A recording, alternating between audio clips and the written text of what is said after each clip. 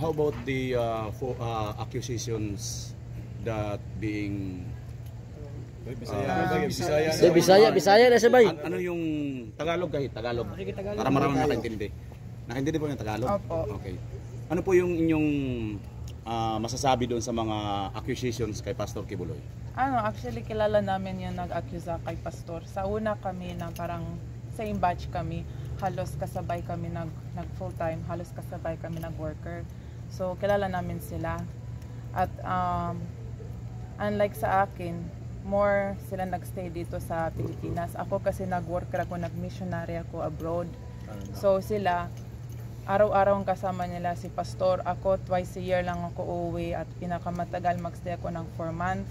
Which is every worker, kahit saan ka pupunta, our desire is to be here.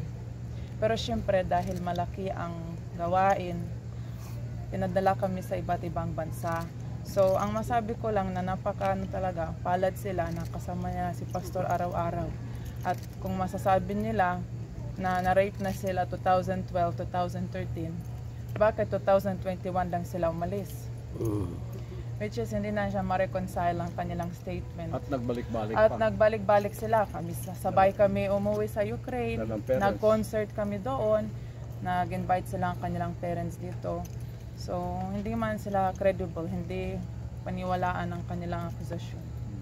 Anong panawagan mo sa kanila? Wala kami connection. Actually, nakakapagtaka kami na naman sila. Nagbago ang kanilang testimony, nagbago ang kanilang statement. Bigla-bigla. Tapos, copy-paste ang mga statement nila.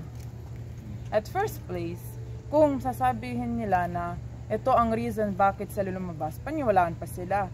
Pero at first place, hindi yan ang dahilan bakit sila umalis. Ano po ang dahilan mo?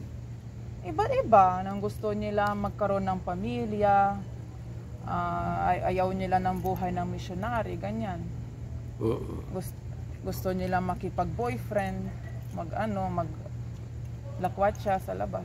Ganyan. Iba-iba na ang kanilang dahilan. Nagsimula yan, Mary, nung pandemic, wala nang travel eh. Before pandemic, every year nagta-travel tayo eh. All over the world. So they are with us. Nung nagta-travel kami, masaya. Punta ka ng Hong Kong, punta ka ng Amerika, punta ka ng iba't iba. Masaya, at saka 5-star hotel, 5-star ang pagkain, lahat. Masaya yung, nung pandemic, stop na, wala na. Doon medyo, nakita ko nagbago na yung nila, temperament nila. Kasi, siguro sabi naman, lungkot ng buhay dito. Hindi man makalabas, hindi makaglakawat siya sa mall, hindi man magawa ng gusto nilang gawin siguro. So, yun pag uwi nila, umalis na sila sa ministry. Pero hindi yon ang dahilan bakit sila umalis. Kasi kung yan ang dahilan, bakit na lang sila umalis ng 2013, 2012, nangyari yon. Araw-araw kasama nila si Pastor, nasasabihin nila rapist. Nakakaloka naman. Mamulitin ko na po yung tanong. Ilang taon po kayo nung napasok po dito? Ilang taon ako na-convert o ilan? Papasok. Edad po nung siguro first time na meet ko si Pastor, 15 years old ako. Ngayon? Ayun po si Father. Wag na. Sikreto, edad. Pwedeng magtanong ulit. Ano ang panawagan mo sa maraming Pilipino na naguhusga ngayon kay Pastor Kibuloy? Ayan.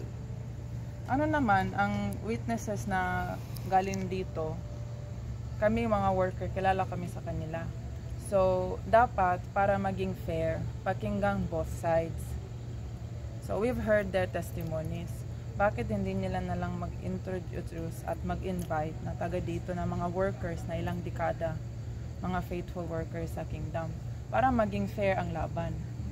At alam na namin, sa kanilang statements, hindi man sila ma-reconcile ang kanilang statements. At tinatago nila ng identity nila, nakilala naman namin sila. So, para maging fair, dapat pakinggan doon kami. So, all the Filipinos, kahit hindi nila kilala si Pastor, they will have, the ball in their hands to decide, But now, I think it's very unfair na parang they're trying to ruin Pastor's reputation. At nakikita namin yun sa mga video, sa Congress, sa testimony ng mga alias na yan. So, kaya mga worker din, kami mismo nag-volunteer na magawa ng vlogs namin. Para, din namin, we will open up our sides so that people will have, two sides of the story. Paano ito nakakaapekto sa inyong pagiging member dito kay Pastor Apollo Quiboloy? Hindi naman na-apekto sa amin kasi mula sa pagsimula pa lang na ministry, marami na mga akusasyon. Lalo na yun na global at very blessed talaga ang ministry. So napakamalaki ang gawain ng Kingdom, international na, lalong-lalo meron ng sariling media. So syempre, dahil sa friendship din ni Pastor kay Mayor, marami mga controversies. So hindi yan maiwasan. At siguro, bakit hindi nila ginawa na lang ng ibang akusasyon? Dahil yun ang pinakamalaswang na akusasyon na pwede gawin sa isang tao para maruin ang kanyang reputasyon at credibility. Yun ang masabi ko. Ang kabila. Hindi dumikit yung mga akusasyon na killer, murderer, land grabber, kulto.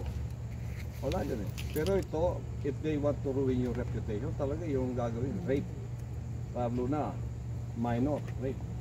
Masakit yun. Saka didikit yun. Ako, I don't care kasi I am standing where I am and I know who I am. Hindi ako naepektuhan. Silang naepektuhan. Silang lugi. Pero nakakilala sa amin dito, pati yung mga workers na lumabas, kilala nila lahat yun. Kilala nila lahat kung sino yun. We are not living in a cave naman eh. Wala kami sa kuweba eh. O, nasa TV, nasa lahat. Ay yung mga nakusa na yun, umawit pa sa kwaryo, nagsosolo pa yun. Meron man na-rare na ang saya-saya. At 7 years, babalik-balik ka. Balik-balik nila sa rapist na sila pinagpala naman. So what is your short and final message to there? Ay sa nag-akusa. Yes.